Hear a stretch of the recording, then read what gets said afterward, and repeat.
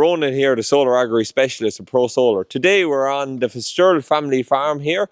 It's a family-run dairy farm, and I'm here with Andrew Fitzgerald. Andrew, we installed 48 panels here last October. How are you finding them?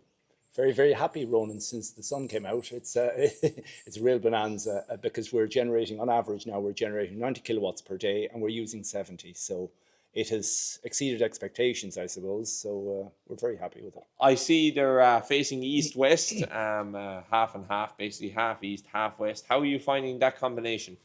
Well, we're a spring calving dairy herd here, so our maximum usage is from March until September, October. And when they're facing east, you're maximising the morning sunshine to do your morning milking. And the evening, we aim to start milking the evening at 4:30, so we're getting benefit from evening sunshine on the far side. We'll be well covered by 3 years. I thought the workmanship involved in the installation was top class. This is a 12 kilowatt single phase inverter.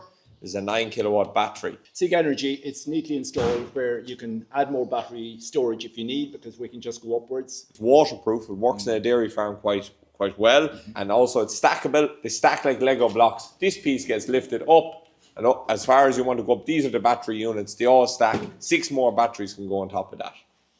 And I see the lads, there's obviously kill switches over along there. The main one there we always look at is the generator. If we do have a power outage here, you can change it directly from that ESB symbol back to the generator.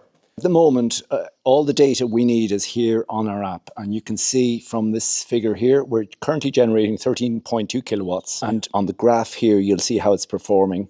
This was the peak of morning milking, the demand and what was imported, and here's the sun coming up. We're generating, we're exporting, and the batteries are being filled. We've used 33 kilowatts so far today, we've generated 17.